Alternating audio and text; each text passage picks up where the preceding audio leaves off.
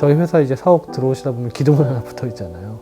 근데 그 기도문을 저도 출퇴근하면 계속 보잖아요. 그냥 그런 믿음이 있는 거죠. 안 믿는 사람들은 그 기도문 붙여놓은 거 보고 되게 도전적이다. 거래처 중에 교회 안 다니는 사람이 있으면 어쩌려고 저러나. 근데 직원들은 이제 처음에는 약간 좀 2009년에 붙였는데요. 2009년에 붙였을 때는 어색해하는 직원도 있다가 그 어떤 직원들은 회사에 입사했었을 때 이게 회사가 무슨 종교 집단이냐. 진짜 그랬습니다. 종교 집단이 이게 좀 이상한 거 아니냐. 그래서 저희 같은 경우는 전도를 이렇게 막 강요하진 않습니다. 왜냐면은 제가 막 전도를 하려고 그러면은 제 위치를 활용해서 뭔가 강요하는 걸로 사실 보일 수가 있어서 제가 저 지도문 붙인 목적도 오며 가며 보면 읽는 게 기도니까. 그러니까 저 오며 가며 보다가 그 마음에 덩하면 가시오 뭐 이런 형태였는데 진짜 간 사람도 있거든요. 진짜 간 사람도 있어서 직원들 일상에 회사가 추구하는 가치가 규적교적인 가치인데 뭔가 선한 사회에서의 선한 영향력과 또 어떤 합력의 선을 믿는 그런 가치구나. 그러니까 그런 그냥 가치적인 측면에서 지금 잘 녹아들어져 있고 그 중에 일부가 이제 교회를 조금씩 나가고 있고 이렇게 하고 있습니다. 저 기도문을 보고도 그 회사가 성장한 걸 보면은 그냥 그런 결국 감사함으로 돌아온다는 믿음이 있는 것 같습니다. 저는 이제 CNT테크의 전하성 대표입니다. CNT테크 회사 소개를 좀 드리자면은 그 외식 주문 중개 플랫폼으로 알려져 있어요. 그러니까 2003년에 CNT테크가 나오면서 뭐 1588, 5588 같은 대표번호 주문이 시작이 됐고 2004년에는 홈페이지 주문이 시작이 됐고 보통 그때 피자, 치킨 요즘에 카카오 주문하기 보시면은 그 앱들이 합쳐져 있잖아요. 이런 모든 것들을 CNT테크가 하고 있고 저희가 시장 점유율 한 97% 정도 됩니다. 늘 스타트업들한테도 제 경험을 얘기하면서 문제를 해결하는 가장 좋은 방법은 몰입해서 경험하는 거다. 그렇게 지금 얘기를 해주고 있죠. 14년 저희가 회사가 꽤 성장했을 때요. 이미 그때 정직원 규모도 이제 100명이 넘었고 거기 컴플레인 센터가 있어요. 근데 그날도 어떤 고객이 이제 주문을 홈페이지인가로 했었는데 1시간 넘게 배달이 안 오니까 컴플레인 센터로 전화를 했는데 그런데 저희 회사에 이제 직원을 보호하는 프로세스가 있어요. 보통 전화하면은 화나면 사장 바꾸잖아요. 근데 이제 원래 사장을 바로 안 바꾸는데 근데 팀장이 그날도 부재였던 거예요. 근데 그날 정말로 이제 또 위에 있는 임원도 부재였었고 그러니까 정말로 사장을 바꾸는 상황이 된 거예요. 근데 그날이 하필이면 제 생일이었어요.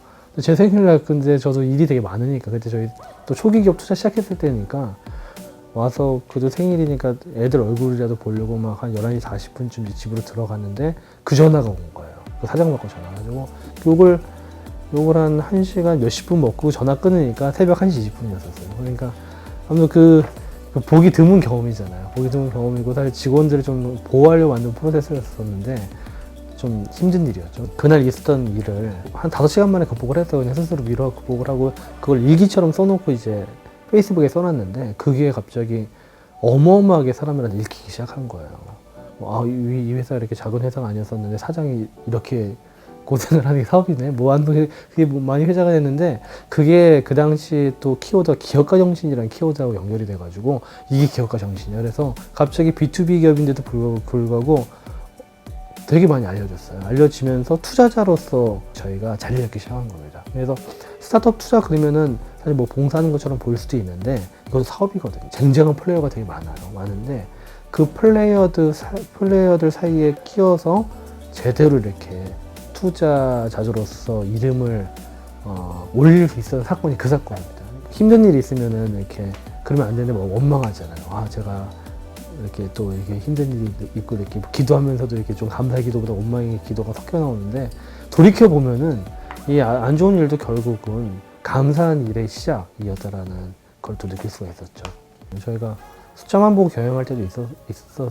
근데 숫자만 보고 경영할 때는 결국은 그 피로감이 조직원들한테 쌓이고 그 조직원들이 언젠간 이탈을 하고 회사의 평판이 안 좋아지고 근데 저 가치를 유지하려고 나름대로 회사의 뭐 워라밸부터 시작해가지고 나름대로 회사의 직원들의 행복 결국 저거 붙여놓고 직원들이 행복하지 않아도 문제인 거잖아요.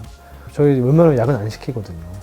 그러니까 이제 그런 것들을 노력을 하다 보니까 결국 인재들이 결국 들어오고 그러니까 사실 저 회사 되게 힘들어 그러면 인재들이 안 들어오는데 인재들이 들어와야지 회사가 발전하는데 결국 그렇게 선순환이 되는 것 같아요.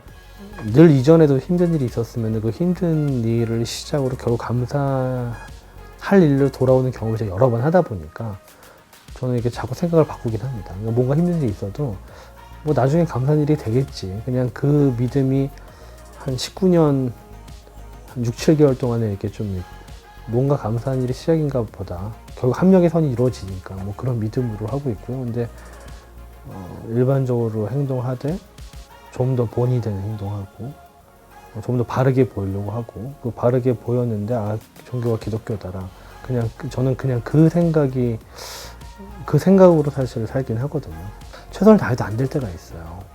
안 될 때가 있으면은 그때 이전에 원망도 했었어요. 사실 제 첫 기도가 뭐였냐면은 군대 가지 않게 해주세요가 첫 기도였어요. 초신자의 기도를 또 누가 들으신대요. 그래가지고 아, 초신자지. 그래도 막 기도를 했는데 군대 갔거든요. 그것도 장교로 갔어요. 그러니까 이게 저는 그때 깨달은 게 뭐냐면은 길이 아니면 막으시고 그 다른 길을 선택했었을 때 잘 풀리는 경우가 또 있거든요. 그러면 이 길이 맞는 거는 결국 저는 응답 자체도 실행하면서 깨닫는 것 같아요. 그래서 청년들도 그런 형태로 적극적으로 하다 보면은 거기서 또 길을 만날 수 있으면 그때 다시 감사하고 늘 일이 비슷합니다. 그러니까 운이 좋으면 한 번에 잘 되기도 하는데 하다 안 되고 그 다음 잘 되고 이런 경우도 있잖아요. 근데 이거는 길이 아닌 걸 알려줘서 감사하는 거고 그 다음에 되면은 다시 됐으니까 감사하고 이런 그냥 습관, 감사에 대한 습관. 그래서 뭐 크리스찬으로서 가장 중요한 습관은 감사하는 습관인 것 같아요.